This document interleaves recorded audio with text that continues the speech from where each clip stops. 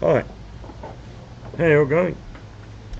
I remembered to take off mute. Got all the skills, so that's a nice change. Managed to get that bit right tonight, so hopefully we're all live and all going good. I will check on my phone and make sure, and also to be able to have a look at the comments. Lacking a second monitor due to having teenagers in the house. So, as nice as it is to have them here sometimes for doing dishes, mowing lawn, well they don't mow many lawns, they don't wash many dishes for that matter. But anyway, teenagers do come in handy for various things. Oh, my youngest has got her L's, so she's going to be handy in about 12 months when she can drive around. So I'm looking forward to that. The teaching them how to drive is always stressful though. For those that have taught their children how to drive, commiserations. It's hectic stuff. It appears as though we're live. Oh, I'm going to hear myself twice. So there we go. Don't know where the comments are gone.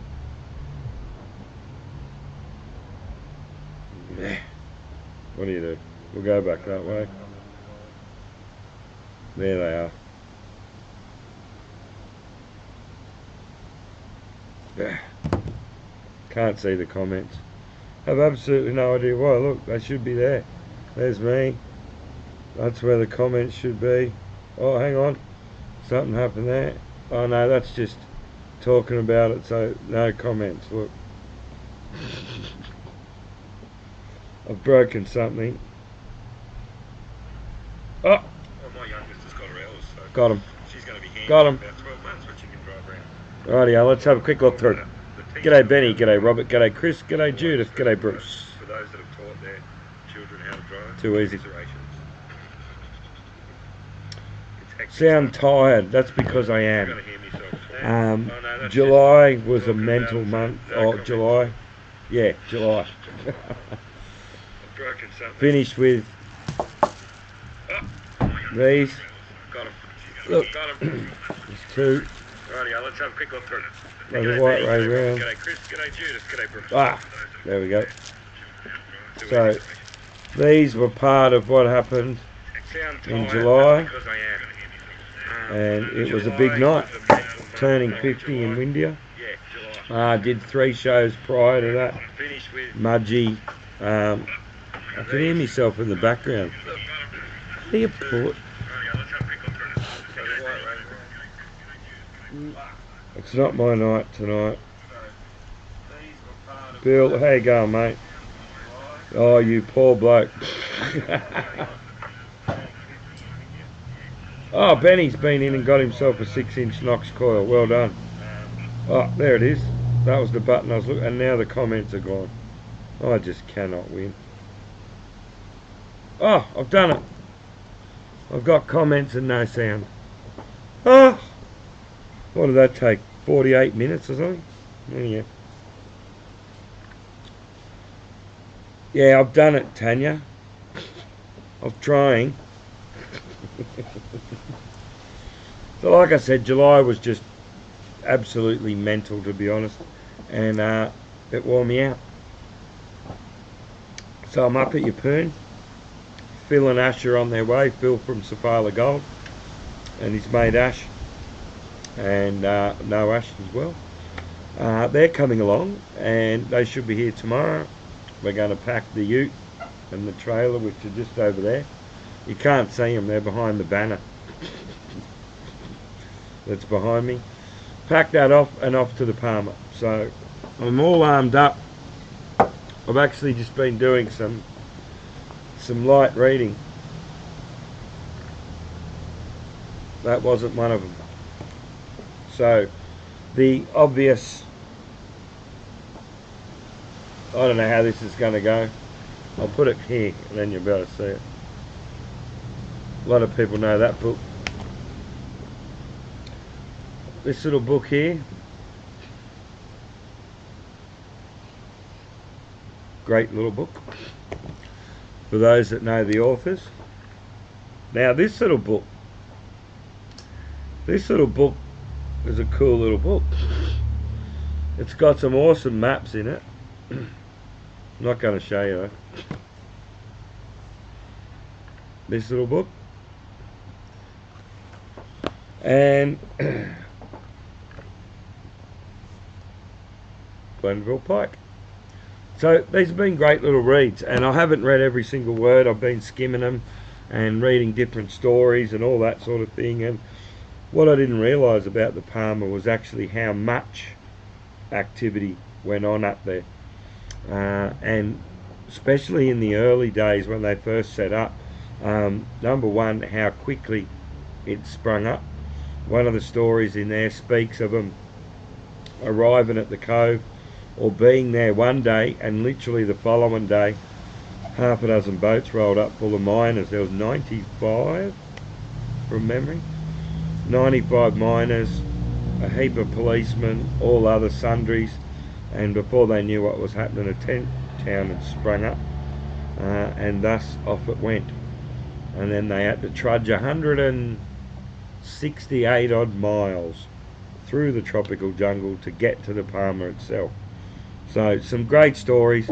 Got to be a great area too for a coin and relic detect. I know if you're a gold pig, the Palmer River's probably on your list, because as we know, the Palmer River's got a lot of gold up there. So a lot of people want to go there. A lot of history, as mentioned in all these books that I got out of the library in the store, by the way. Side story. The Ron G library, thanks Ron, because that's where I got these books. These books, and literally probably 200 plus more, are just inside the front door of my shop. So if you ever want a little bit of gold knowledge, and some of these books are pretty rare, there are at least two golden ghosts on the shelf there that you can go and have a look at. Other de Havilland books. You can go in and have a look at those books, and not a lot of people look at them, and it weirds me out. So anyway, if you want to go and look at the books, go look at them. They're well worth it. There's some unbelievable stuff in there. Excuse me while I try and work out how to pause myself again. There it is. Got it. Yeah, so anyway, been reading the books, and the coin and relic scene up there looks pretty good. There was a group that went through with Jackie from Aussie Gold Hunters just the other week up there, and they took them on a bit of a detect, and what they did was go out and scout an area, went through with a detector and basically just made sure there was some targets in the ground. This was like a 2 or 3 hour experience for people that hadn't detected before. They went out, made sure there was a few targets in the ground, grabbed the people, took them out there, off they went with the detectors. Turns out they'd stumbled across a little Chinese camp, ended up with a handful of Chinese coins, whole heap of cool relics, and it really was a bit of a surprise to everyone, because they were out there targeting gold and got some pretty cool relics that put a lot of smiles on a lot of dials, let me tell you, and unexpectedly so. You know, Chinese coins are probably some of the oldest coins you're going to find in Australia, and they found quite a good handful. If you want to see those coins, jump over to the Palmerville 1873 Facebook page. There's some photos of them. One of the stories I read in the book, which one was it? Which one was it? It was this one. Talks about when they first got up the Palmer. Hey Adrian. Richard, how you going, man? When they first got up the Palmer, there was a lack of one very, very important ingredient to survival. Tucker. So, there's a picture in this book of the 3 richest men up there at the time. I can't find it. I should have marked it. And 2 of them were butchers, and one was the storekeeper. Everyone was paying for everything in gold. There was literally no cash in the area. So everything that changed hands was changed hands by gold. So some mad deals were done. But what happened was, when it got really tough, a lot of people made a break, if you like, from Maytown up that way for Cooktown, trying to get out of there to really, they had a lot of gold, but no tucker. No resources, no money, nothing, just a lot of gold. And off they went. And the vast majority of them never made it.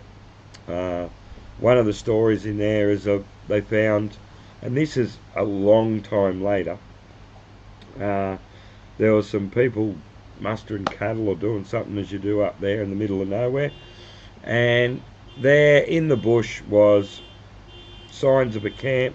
There was three very, very, very old bodies and a large bag containing over 1,000 ounces of gold. So in today's money, that's 3 million bucks, let me say. So they had 3 million bucks worth of gold in today's money and to eat. And as the saying goes, you cannot eat gold.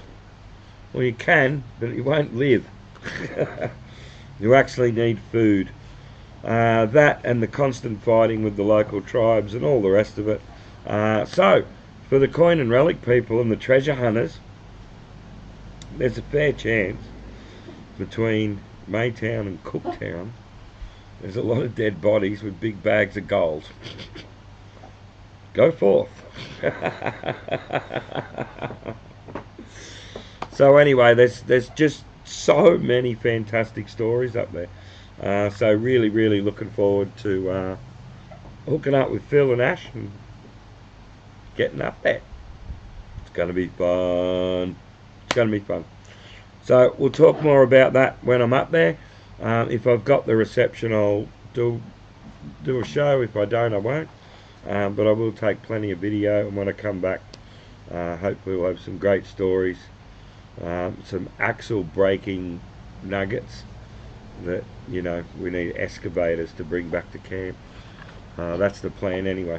So get up there, have a look, get the lay of the land, and hopefully run a few tours up there, either later this year or next year or whenever. So, Palmer, looking forward to it. And the more I read, the more excited I get. And some of these rough little mud maps in some of these books about lost I like this little book here. Lost Mines and Treasures of Northern Australia. Authentic stories of old time prospectors. Hang on, I'll just find the correct page. Where is it? Lost gold reefs and diamonds on the Palmer River. Now, if that doesn't make you want to read on, I don't know what will. There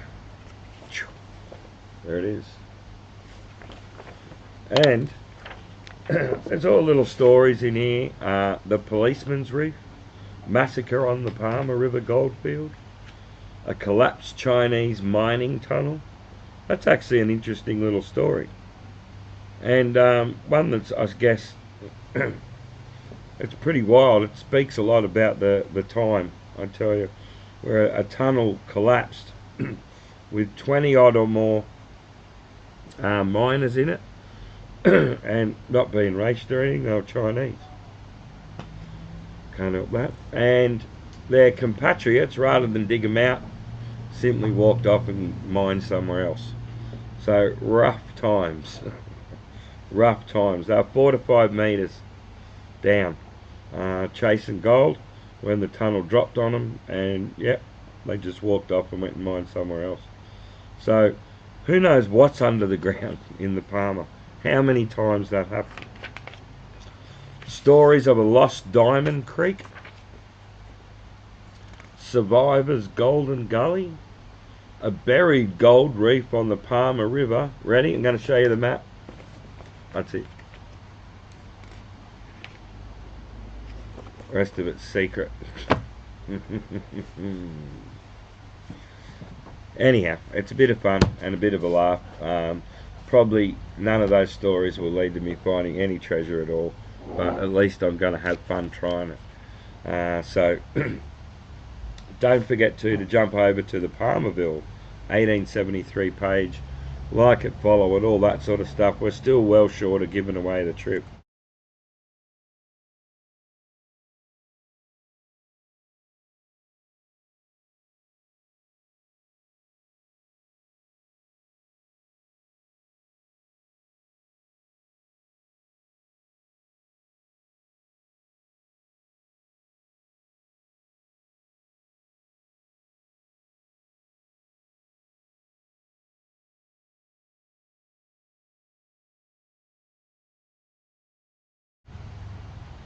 I know, I fixed it.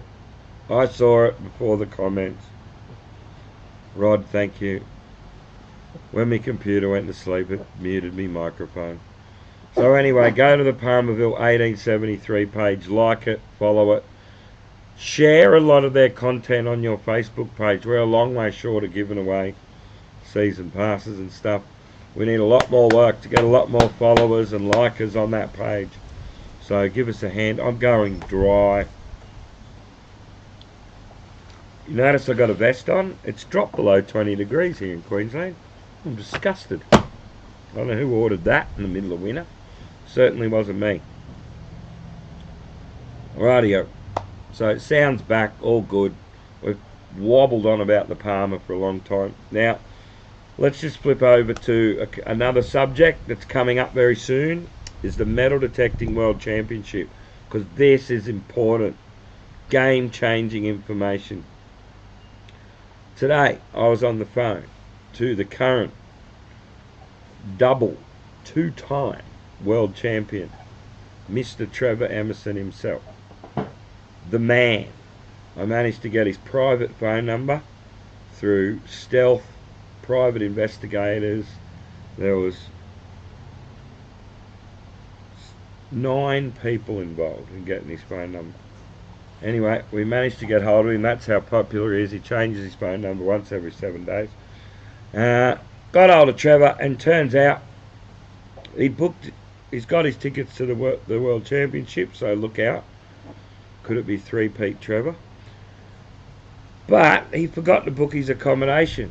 And when he rang Rhoda at the caravan park, Rhoda, it's Trevor, the world champion, he couldn't get in. So not even a world champion can get accommodation at the Bushlands Caravan Park for the World Championship. So I'm now collecting bribes on making it impossible for Trevor to get accommodation anywhere in the area. No, arrangements have been made. He will be there. So we managed to throw him a lifeline, but that was my last lifeline. I've run out of lifelines. So if you're coming along to the Metal Detecting World Championship, book a Swaggies ticket, because once they're gone, I don't know where you're staying. You could stay down the common, but I might bury a heap of stuff down the common and people will come and dig up your campsite. No fun there. I might bury it in your campsite just so they do dig up your campsite. Absolutely no fun there at all. So I know a lot of people, if the caravan park is so full, look, people like Adrian bought his ticket and booked his spot last year. Adrian, be like Adrian. What an organised young man. Okay, man. That's cruel. So, book your ticket, book your Swaggies accommodation, that's all you get. And you can give Rhoda a ring, jump on a wait list, you know, please don't annoy her. But the caravan park appears as though it may be full for the, at least for powered sites and caravans, and surely there's a bit of camping and tent room there. But look, if you're coming, you need to do something literally this week. well, it's Friday, so that's out. Monday. Do it Monday. Leave them alone over the weekend. Let them enjoy their Saturday and Sunday. It's actually the two busiest days at the caravan park, so leave them alone over the weekend. Give them a ring Monday, Tuesday next week, and if you haven't got your spot book it. And then book your ticket. Book your dinner ticket for Saturday night. We've had a few questions about how the meals work this year. Last year we did one ticket that covered you for all meals. The feedback was that not everyone wanted to eat a fixed menu for 3 days. I understand. Feedback received and actioned. We don't have a committee, so I just made a simple decision. Get some food vans. Get the caterers that cooked us dinner last year to cook us dinner again. So, dinner ticket, grab that. That covers you for the Saturday night sit down dinner in the hall up at the Oval. So we're not down in the camp kitchen with the possible, like we got rain. It was a disaster. It wasn't a disaster. It was good food that could have been served in a much better location. So we've made location changes to where the dinner will be, and that'll be up in the hall, up above the Oval. So there's limited seating there too. So once the dinner tickets are gone, you're on your own. Sausage sangers for you. Or Karen will feed you over at the pub, or one of the food vans that's coming along. So there'll be a few options for tucker, for breakfast, all that sort of thing. You know, you could go to the shop, purchase an egg, some bacon and some bread, and we're applying appropriate heat to those things. You will have bacon and egg on toast. It's simple. Heat, bacon, egg, bread. If you're going to splurge, whack some butter on there. I won't eat it without butter. Toast without butter's just inhuman.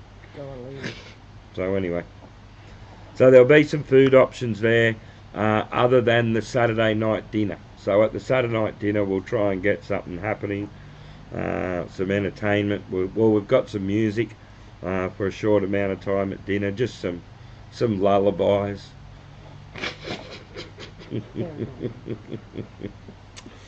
From some of the locals, so that'll be good.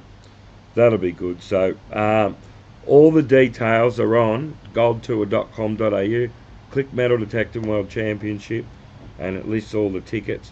There's just one ticket there, and you just add what you need to your cart. Does that make sense? So you can add your meal ticket, add your swags ticket, your championship ticket itself, whatever you like, chuck it all in there.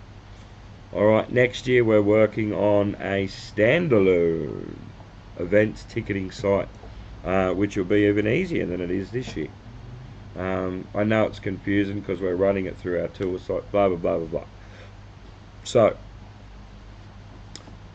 have I made myself clear? Lecture over. The caravan park. Oh, buy a full pig. That's tempting, Richard. That could be on for next year. I'm not this year because I'm already organised. It's too late. I should write that down for next year. That'd be good. So anyway, grab your tickets if you're coming. Get your dinner tickets in. We need to know numbers the sooner rather than later, so we can let the caterers know, get the best possible feed happening. Make sure all the activities, everything's organised so that we know our numbers. The gold bar's ready to rock and roll. So I probably should have got it. I could run and get it. Actually, I can make it appear without leaving this space.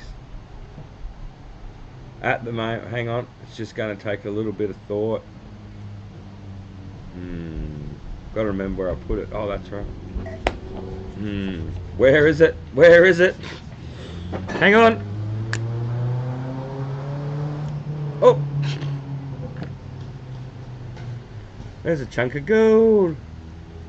Is this 20 grand's worth of gold? Nope. Its current value is probably somewhere in the 12 range for that one. So that's the one that was on the video with Basil. He decided to take a water fitty, so we did that. So I've still got it. Look at that. That's a nice chunk of gold, let me tell you. So I quite like it. I'm going to hang on to it for a minute. I haven't seen it for quite some time. I remember the circle in the bottom of it. So anyway, there's a mysterious hand, and off it goes. Probably never to be seen again. So, big chunk of gold ready to rock and roll. Oh, everyone says hi, Dylan. Tanya, Robert says hi. Lynn says hi. Dylan is yelling hi from inside the house. Thanks for ruining my magic trick, destroying my moment. Anyway, all done. If only you knew, Robert. Hang on, I'm going to do this and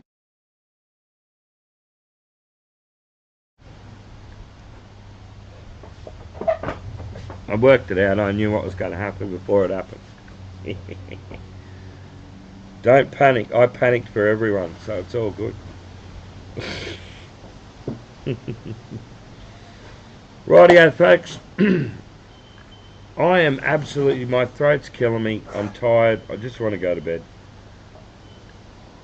Not true. I'm going to go play electronic pinball machines for half an hour, then I'm going to go to bed. So, look, I just wanted to say too that if you're out there, I should give this little lecture. I will do it before I go, because I think some wrong advice is being given around the traps, and I think it needs to stop. So a lot of people on Facebook especially are still recommending, when people are coming into the hobby and wanting to do a lot of beach and park and that sort of work, they go and buy the Equinox 800. And I think they're wrong. They shouldn't buy the Equinox 800. They should buy the Equinox 700. Now, I've written a couple of articles about it on our blog at aussiedetectorist.com.au. I think I put a new one up as late as, it's like, might have even just been today or yesterday. I know what I've done is over on our Equinox 700 and Equinox 900 product pages is we've put a little explanation in there as to why I believe that should be so. Number one is just pure 30% more grunt. Number two, 5 meters waterproof, and the waterproofing is absolutely rock solid. It's in a mnetal housing basically, so 5 meters waterproof, 100 TID numbers, so collapsible carbon shaft. What I did was do the math.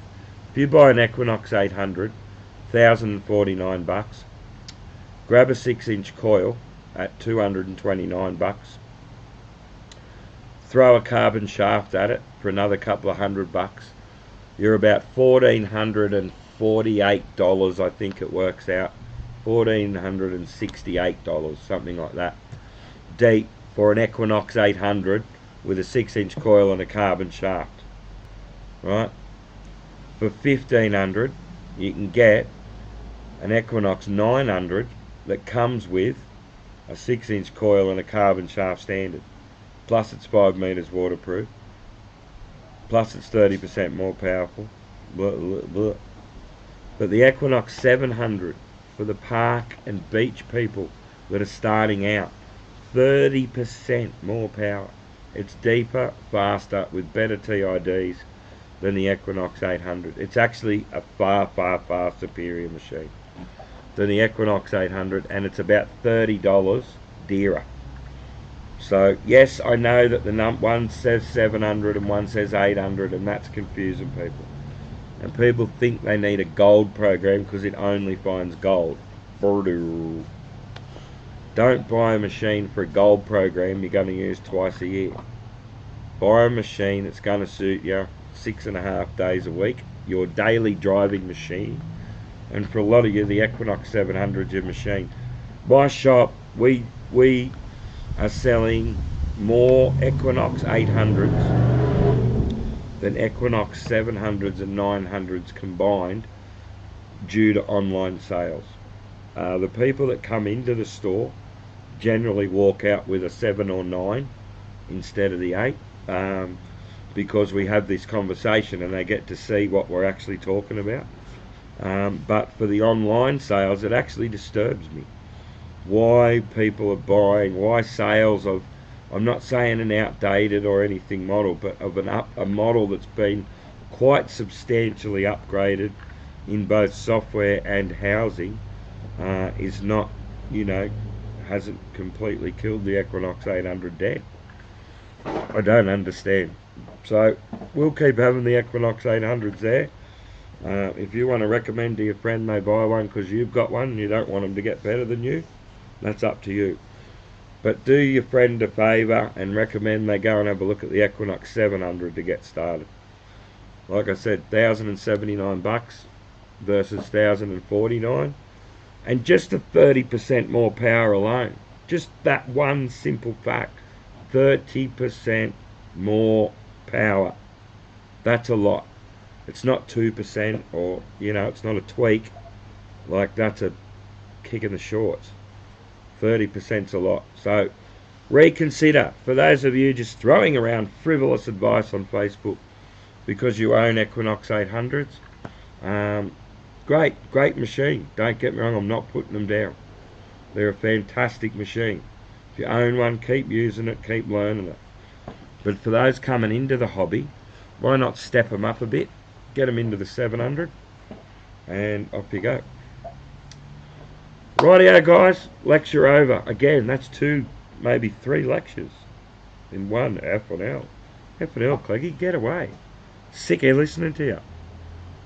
And sorry about all the dodginess with the flickery screen. It is what it is. Hey, I'm on my back, I don't know, veranda, porch, my back area. That sounds that didn't sound right. So anyway, if you want a good comparison of the Noxes and see what I'm talking about, pop into my shop. Just looking at the 700 and the 800, I know which one you'll buy. Far superior build, carbon fibre shaft standard, you can't go wrong. So anyway, I'm just looking at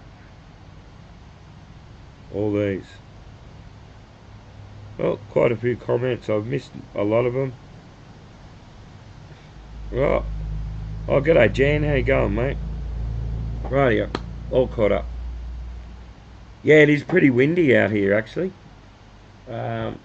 Southeaster, so it's not a very wintry wind pattern. Oh well, it is when there's a big high around, I guess. So when you get a southeaster down south in winter, you suffer, and then that cold air goes out to sea, warms up, comes and blows on me, and I stay in the 20s. So thanks for that. I appreciate you warming that air up as it goes past, and as it gets up this way, it's like, still in a t-shirt. Just put the vest on because, well, to be frank, the breeze is cutting through me a little. So it must be getting soft. Rightio guys, have a fantastic evening. Got a lot of gear on board to run as far as detectors up there at the Palmer. So I got Deus, I got Axioms, GPXs. We're going to have a ball. So I'll take lots of photos, take lots of video. When I get back, we'll have a full report on the Palmerville tour and what happened. And with a bit of luck, later on in the year, I will take a smallish group of people up there on a plane. And I've got a small other little dream that may come true. And we'll see how that goes as well. I nearly said it, but I won't, because then because it's in no way planned, so I don't want to just do what I normally do, sprout something out and then see what happens. We won't do that. We won't do that because that's a bit large for that. Rightio guys, enjoy. What's going on here? Oh, asking about the Deus. I'm specifically talking about Equinoxes. That's why I'm not talking about the Deus. It's a specific Equinox thing. There's Equinox Users Group, Tony's group, which is a fantastic group. Tony and Sandy's Equinox group. There's a couple of the bigger Facebook groups that I'm in, and I'm seeing it a lot where every single day 5 people ask what's the best metal detector to get started with, and they get 70 to 1,000 comments telling them to buy 71,000 different metal detectors. And it's weird. And a lot of them say I recommend them what they've got, and that's fair enough, because what you've got is probably an excellent metal detector. But some new stuff's come out, and I think the newbies especially, you know, should be looking at it. Rightio.